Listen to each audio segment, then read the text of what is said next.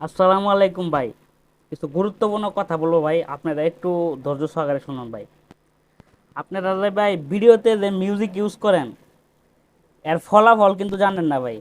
আপনারা কোন ভাই হঠাৎ করে আমার ভিডিওতে রিচ এঙ্গেজমেন্ট ডাউন হয়ে গেছে, কি জন্য হয়ে গেছে এটা তো ভাই জানেন না।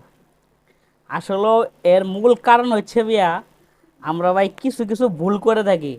সেই ভুলগুলো আমাদের ফেসবুক ধরিয়ে দেয়। কিভাবে ধরিয়ে দেয় ভাই? আমার আজকে দুপুরবেলা ভাই, আমার ড্যাশবোর্ডে দেখি সব রিচ এঙ্গেজমেন্ট যা আছে সব নেট ফলো সব ডাউন হয়ে গেছে। কি কারণ হয়েছে? সারাদিন খুঁজে খুঁজে পাই না।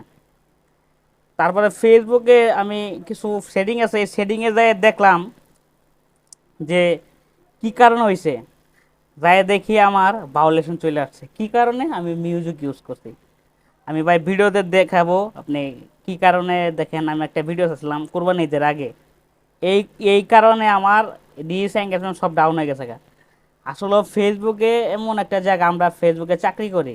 আপনি যখন চাকরি করেন, আমরা ওই রকম সবাই ফেসবুক যারা চালায় সবাই ফেসবুকে চাকরি করে।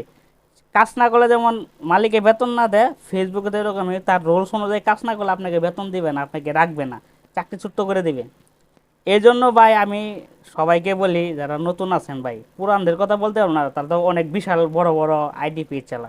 যারা নতুন আছেন তাদের উদ্দেশ্যে বলি ভাই, প্রথম অবস্থায় আপনি ফেসবুকে মিউজিক ইউজ করেন না ভাই। আমি যে ভাই লস হয়েছে আমার, ও আর কারো যে লস হোক এটা আমি চাই না ভাই। দেখবেন ভাই, এই যে দেখেন কি কারণে আমার ফেসবুকে এই রিচ এঙ্গেজমেন্ট ডাউন হয়ে গেছে, শুধু একটা ভুলের কারণে ভাই।